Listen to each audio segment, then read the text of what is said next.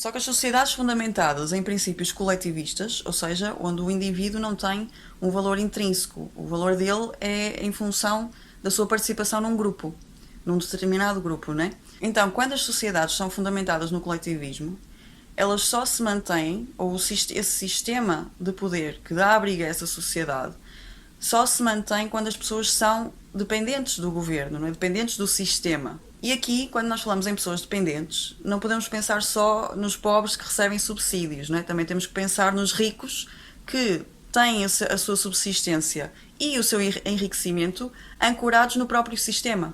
Então essas pessoas, esses ricos, né, essas pessoas que estão bem na vida e que não se veriam como pessoas dependentes ou submissas, essas pessoas também são facilmente manipuláveis por causa da tendência de autoperpetuação do poder. E o que é isto?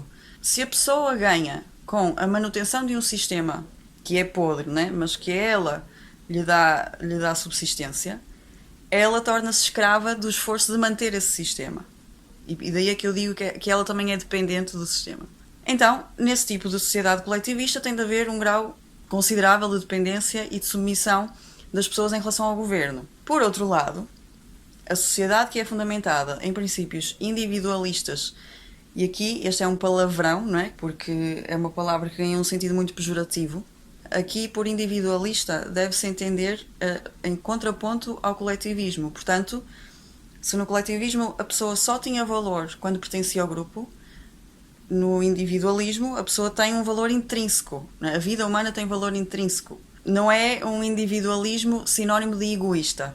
É no sentido de reconhecer o princípio de que o indivíduo é o valor mais básico da sociedade. Ou seja, é a pessoa e não o grupo. Porque quando existe mal, por exemplo, o mal só é experienciado, não é? A dor só é experienciada pelos indivíduos. E é daí que surge a moralidade. Um grupo não sente. Um grupo não tem capacidade de interpretar as coisas, né? Não percepciona, não sofre. Mas os indivíduos sim.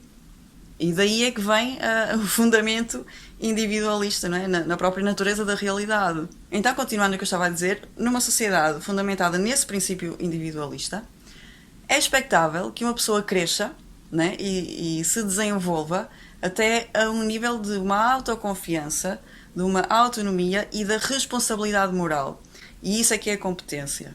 Nessa sociedade, as pessoas, diz o autor, e eu concordo, as pessoas são naturalmente inclinadas a valorizar a liberdade individual, os direitos de propriedade, a liberdade de associação, a expressão, a religião, etc. E especialmente valorizam a regulamentação da força e do poder, ou seja, elas preferem naturalmente um governo limitado, um governo que possa ser limitado, para que ninguém possa abusar do poder e aí sim a sociedade seja verdadeiramente embasada num sentido de uma igualdade possível. Então, concluindo esta primeira parte, uma sociedade coletivista, que é normalmente mais à esquerda, vai tendencialmente sabotar esse processo de resolução do desamparo. Porquê?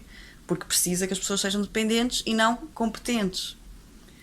Então ela vai fomentar a dependência, enquanto que uma sociedade de princípios individualistas vai fazer precisamente o contrário, que é estimular as pessoas a amadurecerem.